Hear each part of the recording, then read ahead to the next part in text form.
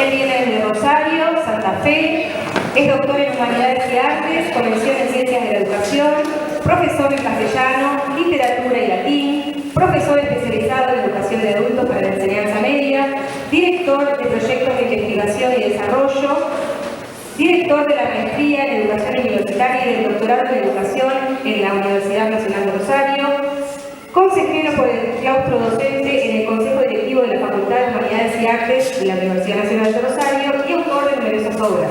Tiene un currículum muy extenso, esto es muy abreviado. Les comento que Lili va a estar en los laterales con una cajita con papeles para que ustedes puedan ir registrando sus dudas o consultas para que una vez que el doctor termine su conferencia ustedes puedan hacerle las preguntas que quieran. Muchas gracias. Bienvenido, doctor. Gracias.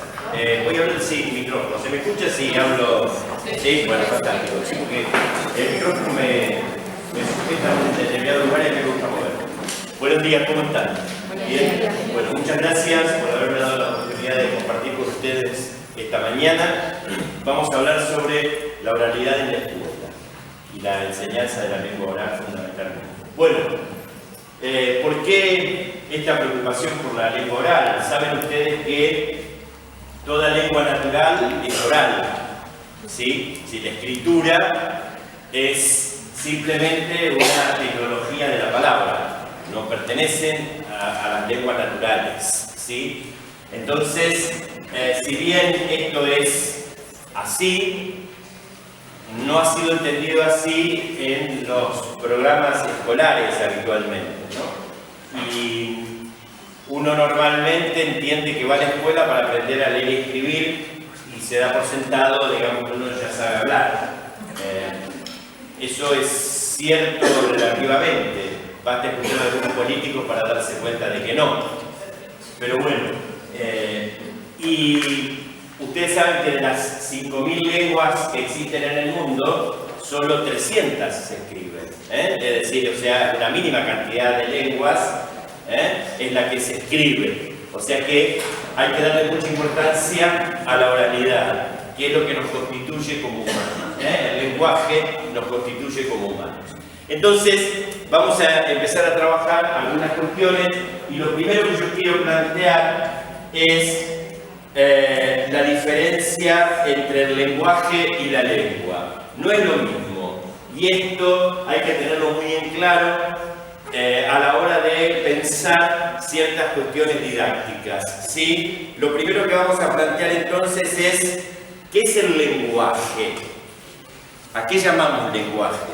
Lenguaje es una categoría abstracta. El lenguaje es una categoría abstracta. ¿Y qué designamos con ese término lenguaje? ¿Qué es lo que nombramos cuando hablamos del lenguaje? Hablamos de la facultad específicamente humana, y esto es sumamente importante porque los animales humanos somos los únicos que disponemos de lenguaje. Los animales no humanos no disponen de lenguaje. Entonces, ¿por qué los animales humanos somos los únicos que disponemos de lenguaje? Somos los únicos que disponemos de lenguaje porque somos capaces de transmitir significados por medio de un conjunto estructurado de sonidos articulados. Ese es el lenguaje. Es la capacidad específicamente humana, la facultad específicamente humana de transmitir significados por medio de un conjunto estructurado de sonidos articulados. Esos sonidos articulados constituyen los signos lingüísticos. ¿Sí? Bien. Y ahora, ¿cómo se desarrolla el lenguaje? Cuando nos exponemos a una experiencia lingüística particular. Entonces, no hay que confundir lenguaje y lengua, porque esa experiencia lingüística particular va a ser lo que constituye cada una de las lenguas, ¿sí? Pero el lenguaje es una capacidad abstracta, ¿sí? De la que disponemos los seres humanos. Bien, ahora, esta facultad que nosotros tenemos de comunicarnos o de transmitir significado por medio de un conjunto estructurado de sonidos articulados es lo que nos constituye en animales simbólicos. ¿Qué quiere decir esto? que nos constituye como animales simbólicos. Quiere decir que nosotros somos capaces de otorgar sentido a la realidad. A través del lenguaje otorgamos sentido a la realidad. Esto es una cuestión sumamente importante porque no hay otra especie, además de la especie humana, que pueda hacer eso. Y esto es lo que se llama el desplazamiento. Es decir, nosotros podemos hablar de cosas que están presentes, podemos evocar el pasado a través del lenguaje y también podríamos pensar cuestiones vinculadas al futuro. Y también podemos inventar mundos posibles y eso es lo que hace la literatura. No hay ninguna otra especie humana, ninguna otra especie no humana que pueda hacer eso. No van a encontrar nunca dos perros conversando sobre lo que hicieron un fin de semana. No existe esa posibilidad. Eso solo la tenemos los seres humanos. ¿Sí? Bien. Dicho esto entonces, una cuestión importante es la siguiente, digamos, como dije antes. ¿Y qué es la lengua entonces? La lengua es la puesta en práctica de esa capacidad humana. Cada sociedad tiene una lengua diferente porque tiene sistemas de signos lingüísticos distintos y esa lengua entonces está a disposición de todos los hablantes de una lengua, ¿sí? Y por eso decimos que el lenguaje se diversifica, o sea, esa capacidad abstracta que es el lenguaje se diversifica, ¿sí? Porque cada una de las sociedades humanas ha establecido una lengua diferente. De ahí que Saussure haya dicho que el signo lingüístico es arbitrario. Si estudió magisterio habrá leído a Saussure seguramente. Y por eso Saussure dice el signo lingüístico es arbitrario. ¿Sí? Porque a través del lenguaje, digamos, ¿sí? Esa capacidad que nosotros tenemos, usamos signos distintos y esos signos, digamos, nada tienen que ver con el objeto que se designa. Bien, entonces, esto es una cuestión importante para empezar a pensar cuestiones de didáctica de la lengua, ¿sí? La diferencia entre el lenguaje y lengua. Entonces, una cosa es la lengua, ¿sí? Lo que llamamos el idioma, esta realización específica en cada una de las sociedades de esta capacidad abstracta que llamamos lenguaje, y otra cosa es el lenguaje. ¿La clavo hasta acá? Falta. Bien. Y ahora entonces, una cuestión importante que es la siguiente.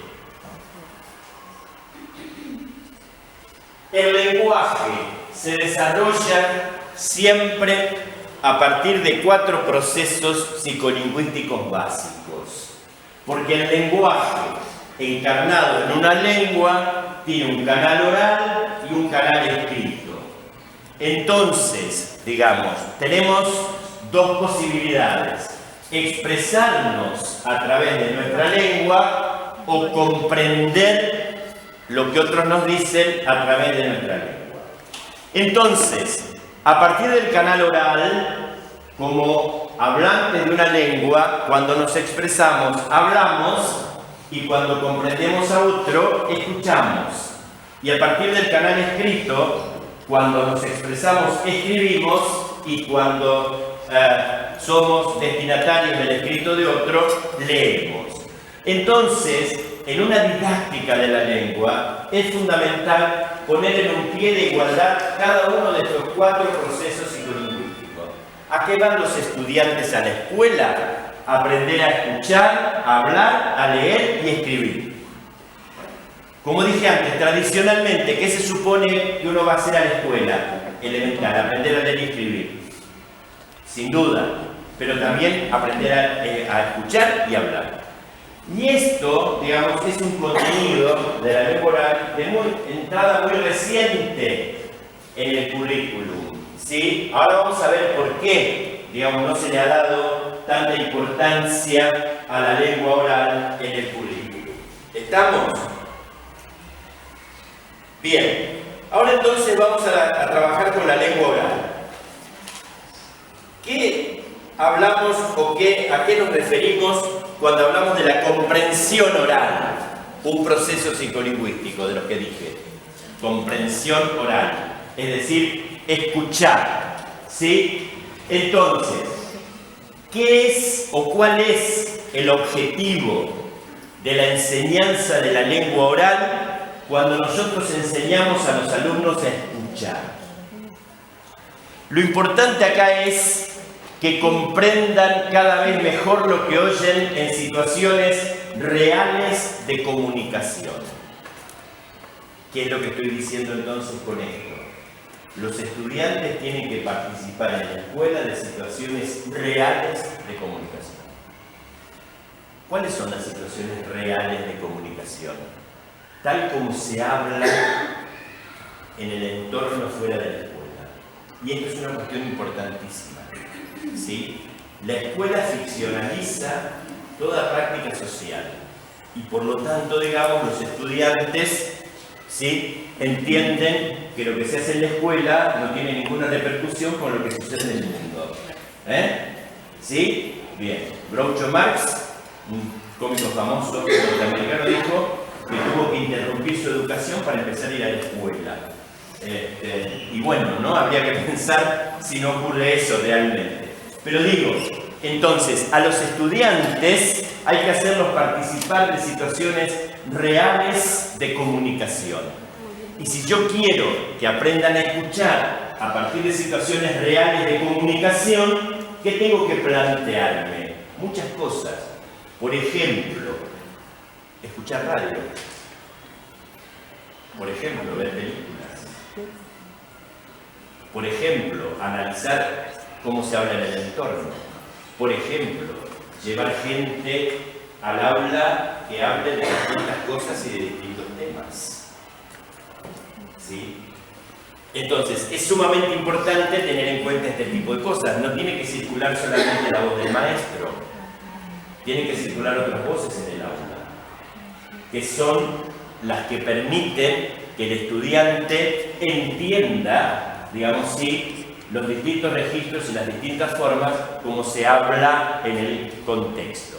¿Y qué tiene que emplear el estudiante para eso? No solo sus conocimientos lingüísticos, sino lo que se llama su competencia comunicativa. Es decir, una serie de conocimientos y de habilidades que van más allá de lo lingüístico, ¿sí?, y que permiten que yo entienda lo que otro me dice. ¿Por qué no bastan solamente los conocimientos lingüísticos? Porque, y esto es una cuestión que habitualmente escuchamos en las escuelas, ¿no? Hay que aprender lengua, hay que aprender gramática, digamos, para aprender a hablar, para aprender a leer y para aprender a escribir. Bueno, digamos, esos serían los conocimientos lingüísticos, eso sería el conocimiento formal de la lengua. Pero por eso no basta, porque nosotros no hablamos de la misma manera en todos los contextos en los cuales nos comunicamos. Por eso hay que desarrollar lo que se llama la competencia comunicativa, esta serie de conocimientos y de estrategias que nos van a permitir a nosotros plantearnos diferentes modos de comunicarnos en diferentes contextos. ¿Sí? Entonces, ¿y por qué digo esto? Por una cuestión sumamente importante.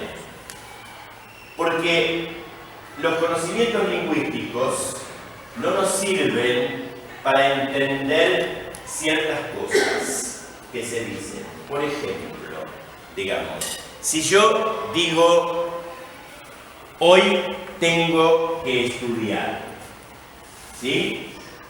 Ustedes lingüísticamente me podrán analizar esa estructura y me dirán, es una oración bimembre de sujeto tácito, es una oración de tipo declarativa, enunciativa, afirmativa, sin duda, lingüísticamente la puedo describir, pero en un contexto comunicativo, en donde yo le pregunto a alguien, ¿vamos al cine hoy? Y esa persona me dice, hoy tengo que escribir, hoy tengo que estudiar. Hay una gran distancia entre esa enunciación lingüística y la intención con la cual se dice, ¿verdad? Es decir, no voy a explicar acá la pragmática, pero digamos entre la locución y la perlocución hay como distintas cuestiones ahí que se ponen en juego, ¿verdad? Entonces es sumamente importante y sumamente interesante entender que cuando uno enseña lengua, no enseña solo el conocimiento formal de la lengua. Eso sirve para algunas cuestiones, no sirve para otras. El conocimiento formal de la lengua no me dice a mí cómo ser un comunicador eficaz. Y les voy a poner otro ejemplo para que se entienda. Normalmente, digamos, cuando enseñamos gramática, por ejemplo, las proposiciones incluidas adverbiales, ¿sí? Y dentro de las adverbiales enseñamos las consecutivas. Y le decimos a los estudiantes que las objeciones adverbiales consecutivas implican una objeción parcial y encabezada por el relacionante aunque, perfecto, maravilloso. Ahora bien, ¿qué hacemos con eso? ¿Cuál es la pertinencia comunicativa de eso, digamos? ¿Sí? ¿Para qué le sirve eso al estudiante? Así, para muy poco, para tener una nomenclatura. Pero si yo lo pongo en una situación comunicativa concreta, real, ese estudiante entiende el valor de la proposición incluida adverbial consecutiva. Por ejemplo, si yo le digo a un estudiante, vamos a escribir una solicitud de empleo, en la cual usted tiene que decir 3 cosas. Diga, por ejemplo, que tiene experiencia en el empleo que se pide. Diga que cuenta con buenas referencias. Y diga también que todavía no terminó la escuela secundaria. ¿Va a empezar diciendo todavía no terminé la escuela secundaria? No, ¿por qué? Porque ahí se termina la posibilidad de entrar al trabajo. Hasta ahí lee el empleador y no lee más. En cambio, digamos, si yo mitigo esa dificultad a través del lenguaje y digo, tengo mucha experiencia en el puesto que usted pide y cuento con buenas referencias, aunque no terminé la escuela secundaria, y ahí la proposición incluida adverbial consecutiva, ¿sí? Concesiva, consecutiva, ¿entienden lo que estoy explicando? Entonces, ahí está el valor, en la puesta, digamos, en la comunicación real de la cosa, ¿se entiende? Bien, entonces, ese es el modo como trabajar. Entonces, digo, ¿no? La cuestión de la comprensión oral. Y digo también, entonces, ahora, el problema de la expresión oral. ¿Y qué pasa con la expresión oral del estudiante? ¿Qué tiene que aprender el estudiante cuando se expresa? Que tiene que producir mensajes orales coherentes y bien estructurados. Y usar, ¿qué? Además de lo lingüístico, los recursos paralingüísticos y los no lingüísticos. Y esto es una cuestión sumamente importante, porque acá va a haber una gran diferencia entonces entre lo que vamos a pensar entre la oralidad y la escritura. ¿Por qué? Porque miren, cuando yo me comunico con alguien oralmente cara a cara, como en este caso, ¿sí?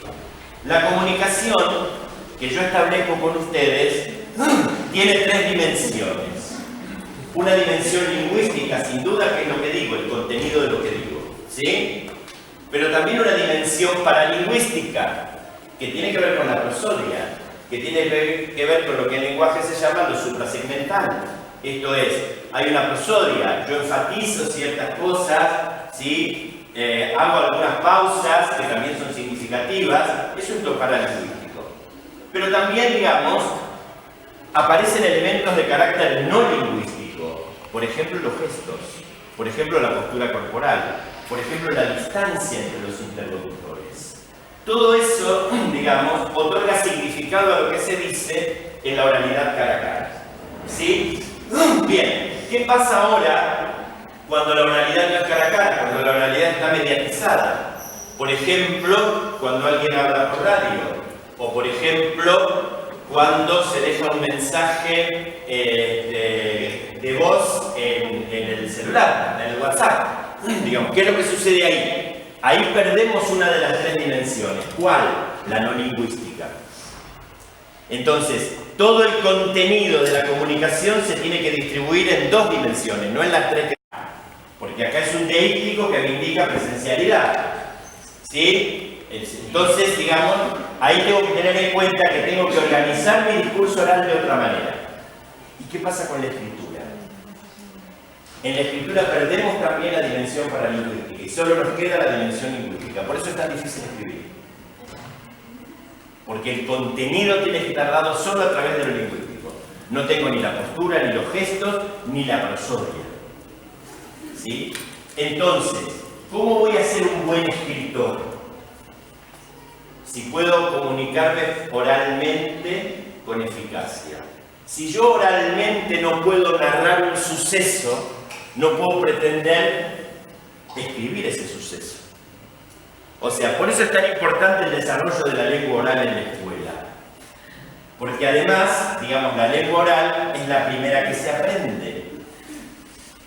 Y se aprende rápidamente. ¿Sí? ¿Por qué se aprende rápidamente la lengua oral? ¿Por qué se aprende rápidamente la lengua oral? ¿Por qué al año y medio, 2 años, los chicos ya hablan y se comunican con cierta fluidez? ¿Por qué les parece? Por una necesidad de comunicarse. Por una necesidad de comunicarse, sin duda, y porque además el chico está sometido a situaciones de comunicación real. ¿Sí? Bien. Si tuviéramos que ir a la escuela a aprender a hablar, todavía estaríamos aprendiendo a hablar. Todavía estaríamos aprendiendo a hablar.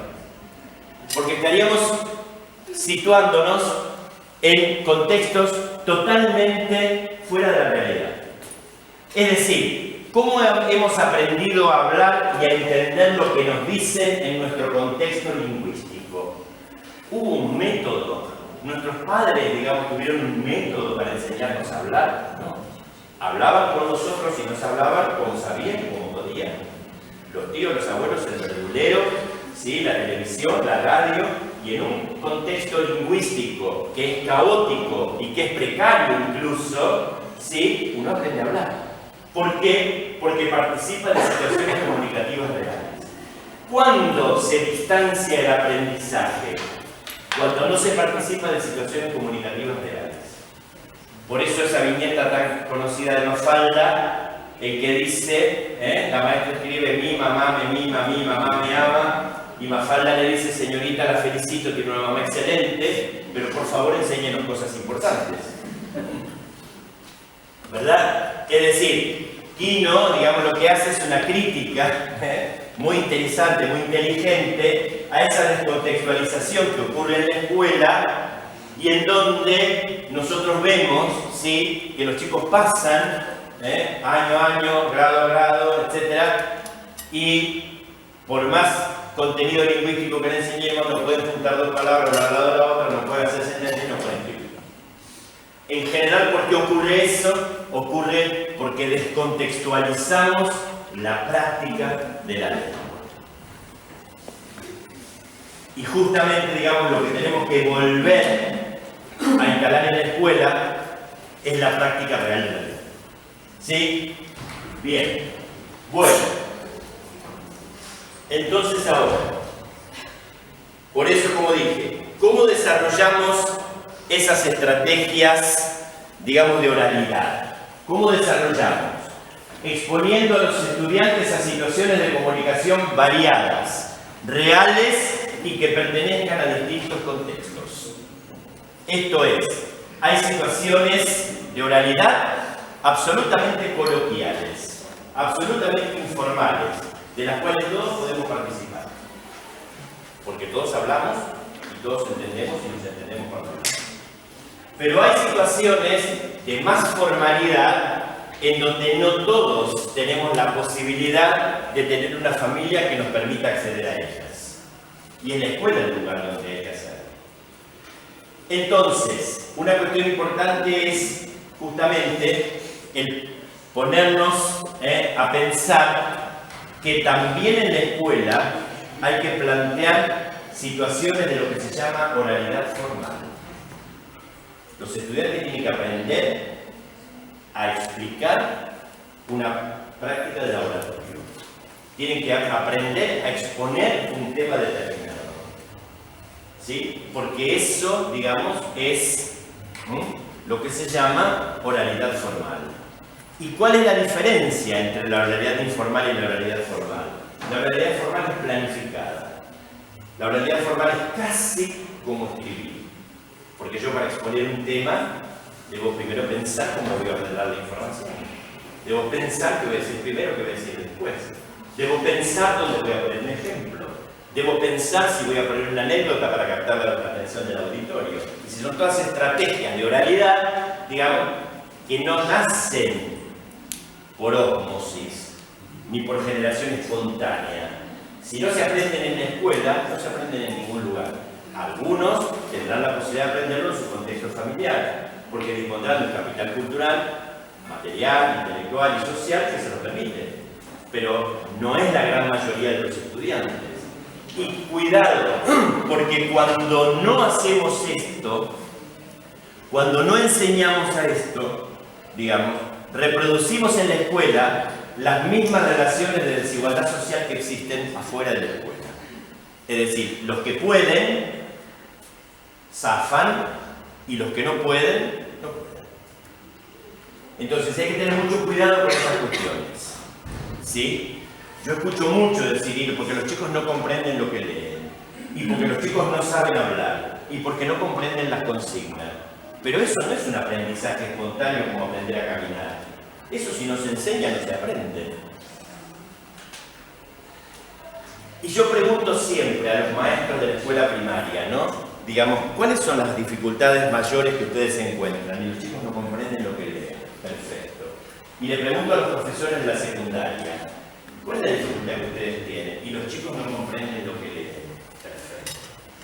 Y entonces digo, ¿para qué mandamos a los chicos 7 años a la escuela primaria y 5 a la escuela secundaria? Que es, por lo menos, digamos, la educación obligatoria en Argentina. Porque si van a entrar de un modo y salen de la misma manera, ¿para qué fueron a la escuela? Y esto es responsabilidad de los maestros, digamos, y de los profesores, no es responsabilidad de la afuera. Digamos, el enseñar es una tarea que nos corresponde a nosotros. Entonces, no hay que... Otra cosa que escucho, y los chicos escriben, digamos, como escriben, digamos, en el WhatsApp, digamos, con la abreviatura y con este tipo de cosas. Perfecto, enséñele que no lo tiene que hacer así. Porque si ya lo supiera, ¿para qué no me necesita a mí?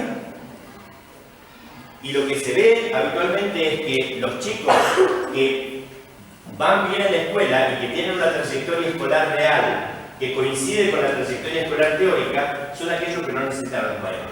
Y los que necesitan a los maestros, digamos, siguen sin salir de la escuela como corresponde. Entonces, este es un problema que tenemos que revisar. ¿Sí? Bien. Bueno, ya había hablado entonces de esta cuestión de la competencia comunicativa. Y entonces, no voy a abundar mucho en esto, porque si ustedes son estudiantes de profesorado, habrán estudiado mucho esto, ya lo sabrán. Pero sí decir esto, que el conocimiento de una lengua incluye un conjunto de pautas y de rutinas de comportamiento lingüístico que determinan la adecuación, y aquí dejo en agenda el término adecuación, porque lo voy a trabajar ahora inmediatamente, porque este también es un problema en la escuela, ¿sí? De la producción lingüística a ciertos parámetros externos, ¿sí? Que tiene que ver con actos de comunicación particulares, concretos. Los parámetros de la situación comunicativa no son siempre los mismos, no siempre nos comunicamos con los mismos interlocutores, no siempre hablamos de lo mismo, ¿sí? Y también con actos de comunicación que están social e históricamente situados. Hay aquí una cuestión importantísima que tiene que ver con lo cultural. Los actos lingüísticos son producciones culturales, ¿sí? Hay palabras que desaparecen en el léxico. Hay otras palabras que se incorporan. Hay construcciones gramaticales que han desaparecido y otras que se van incorporando. Hay palabras que restringen su significado, hay palabras que amplían su significado, de acuerdo con el desarrollo de la ciencia, de la tecnología, de la sociedad, etcétera, etcétera. Digo, por ejemplo, digamos, ¿no? Hay una expresión que hace unos años no se usaba, no existía, que es la idea de matrimonio igualitario. Digo, eso es una palabra, digamos, una expresión que ha aparecido en función de que socialmente ocurren determinadas cuestiones. Entonces, las cuestiones lingüísticas también están culturalmente determinadas. ¿Sí? Bien. Voy a pasar rápidamente esto de...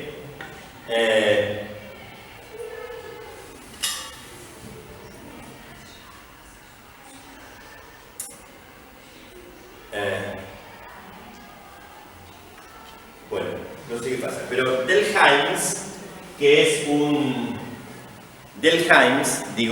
un sociolingüista inglés, que acuñó el término competencia comunicativa, dice una cosa muy interesante porque él dice: hemos pues de proporcionar explicaciones del hecho de que un niño normal adquiere el conocimiento de las oraciones no solamente como gramaticales, sino también como apropiadas. Y ahí aparece la idea de propiedad.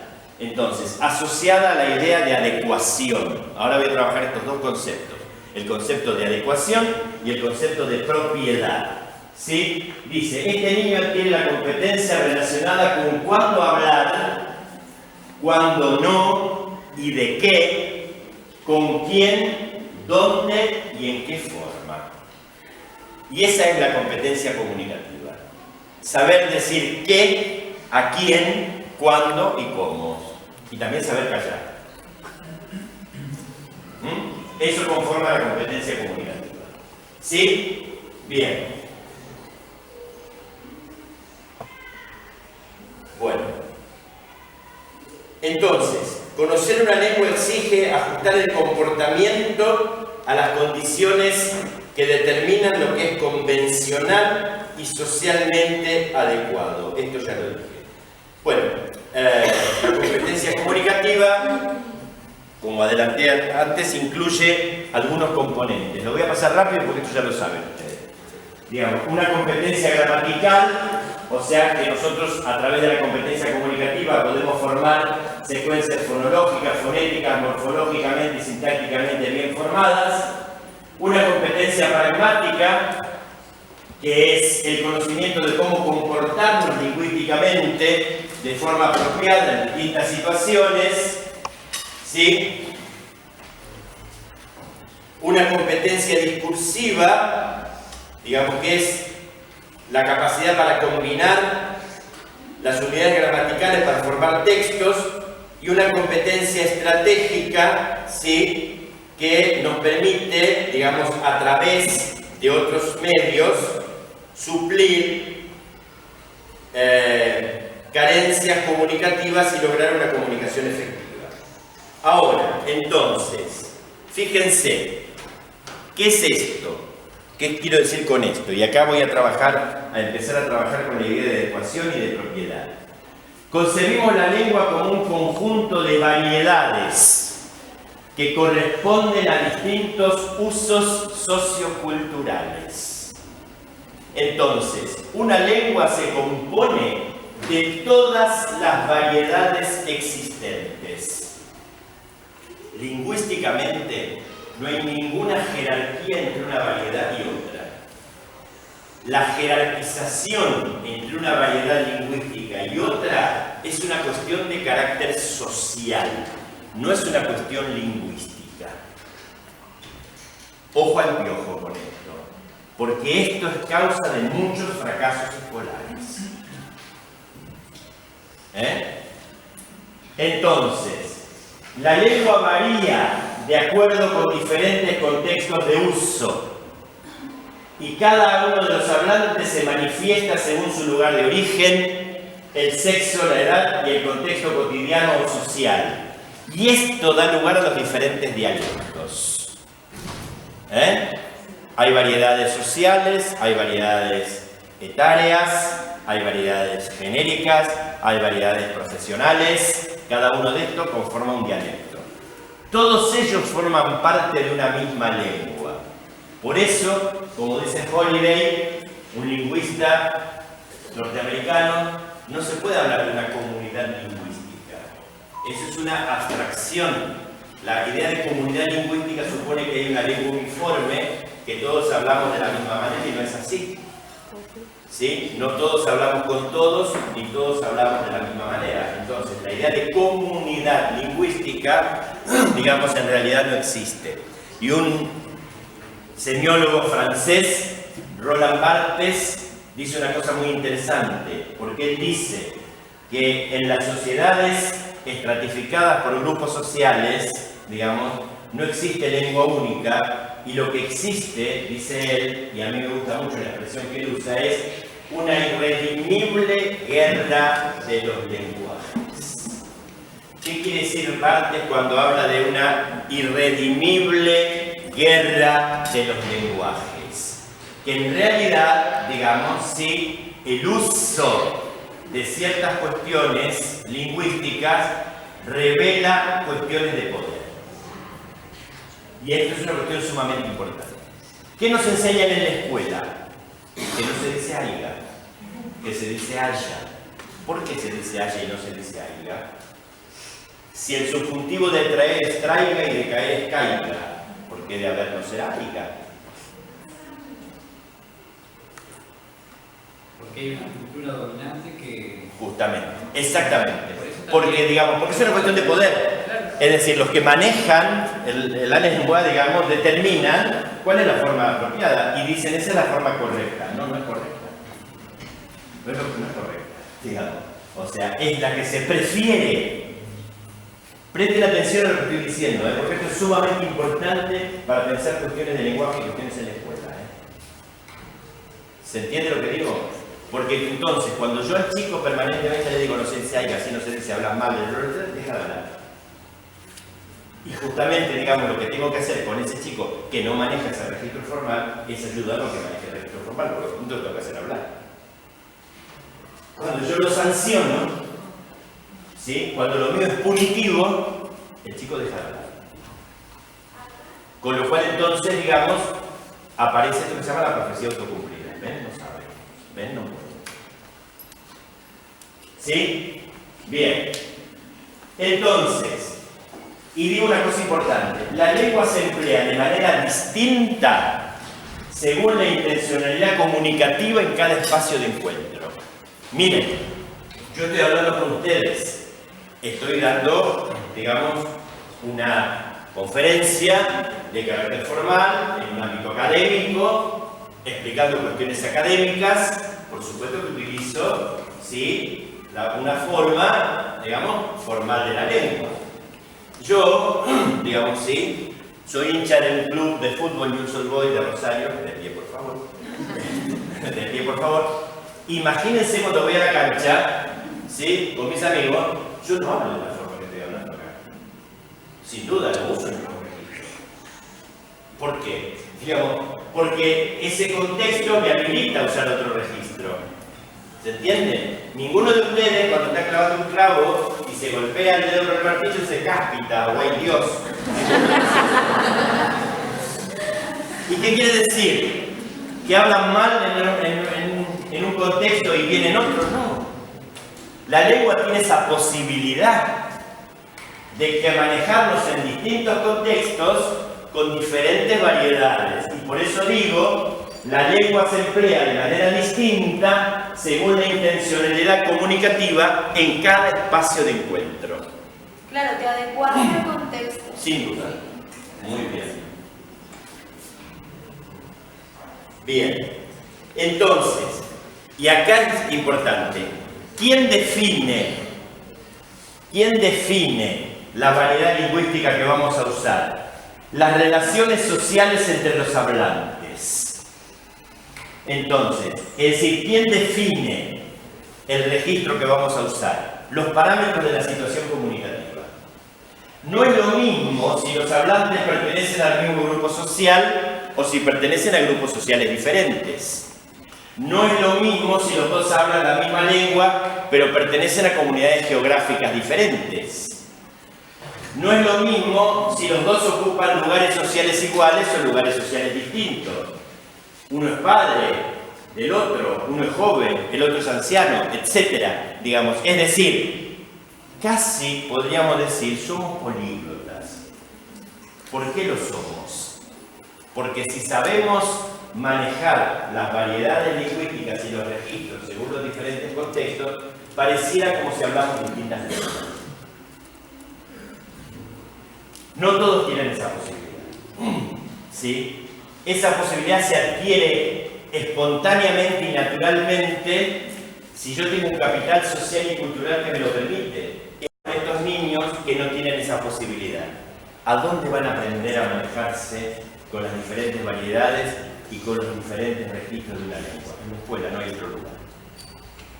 Y si la escuela no cumple esa función, la escuela fracasa. Es decir, la escuela construye el fracaso escolar. Y esto es una cuestión gravísima. O sea, la escuela construye el fracaso escolar. Porque actúa desde el prejuicio. ¿Sí? Bien. Entonces, esto que decía, ¿no? No existe la noción de idioma único. No hay una comunidad lingüística, tal como lo explicaba Holiday. No hay comunidad lingüística. ¿Por qué? Porque cada uno de nosotros como hablante no habla del mismo modo en todas las ocasiones.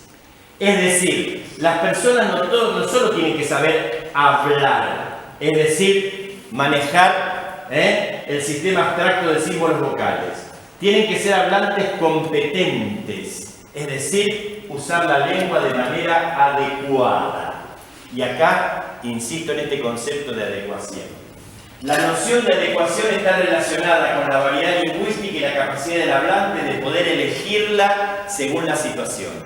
Y esa es la función de la escuela, ayudar a los estudiantes a que puedan elegir la variedad lingüística según la situación comunicativa en la que están. Por eso no existe lengua correcta o lengua incorrecta. No existe. Existe variedad adecuada a determinado contexto comunicativo o inadecuada para determinado contexto comunicativo. Cuando los niños y los estudiantes hablan entre ellos, no van a hablar de la misma manera como hablamos nosotros, ni como hablan con nosotros. Y si cuando hablan con nosotros se manejan de la misma manera que se manejan entre ellos, hay que enseñarles. No de manera punitiva, pero sí enseñarles, ¿sí?, que esa no es la forma que se prefiere en este contexto. No es la forma que se prefiere, no es que no sea la forma correcta. En lingüística no existe la noción de corrección o incorrección. Eso tiene que ver con lo social, es una valoración social, no una valoración lingüística. Claro, es el contexto formal e informal.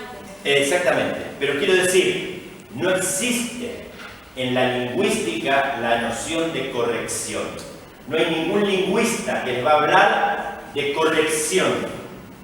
Sí se va a hablar de adecuación o inadecuación. Y eso es lo que hay que enseñar a los estudiantes. ¿Sí? Eso hay que enseñar a los estudiantes. Por eso vuelvo. Hay que trabajar en situaciones reales de comunicación. ¿Sí? Cuando le pedimos a un estudiante que escriba una carta contándole a un amigo lo que hizo en el fin de semana, no nos horroricemos si escribe a su amigo como habla con su amigo, porque ese es el contexto adecuado y esa es la variedad que va a usar para comunicarse con su amigo. El problema es que el chico sabe que lo que está haciendo es una ficción, porque no la va a leer su amigo, la va a leer la maestra blandiendo lápiz rojo para corregir. Entonces no escribe como le escribiría a su amigo, escribe como supone que la maestra quiere leer, con lo cual es una perversión. ¿Sí? Es una perversión. Por eso, digamos, ¿sí?, el chico entiende que lo que pasa en la escuela no tiene nada que ver con lo que le pasa en la vida real. Cuando en realidad, digamos, sí, la escuela tendría que proporcionarle las categorías de análisis necesarias para entender el mundo, para interpretarlo, para vivir en el mundo y para ejercer plenamente la ciudadanía.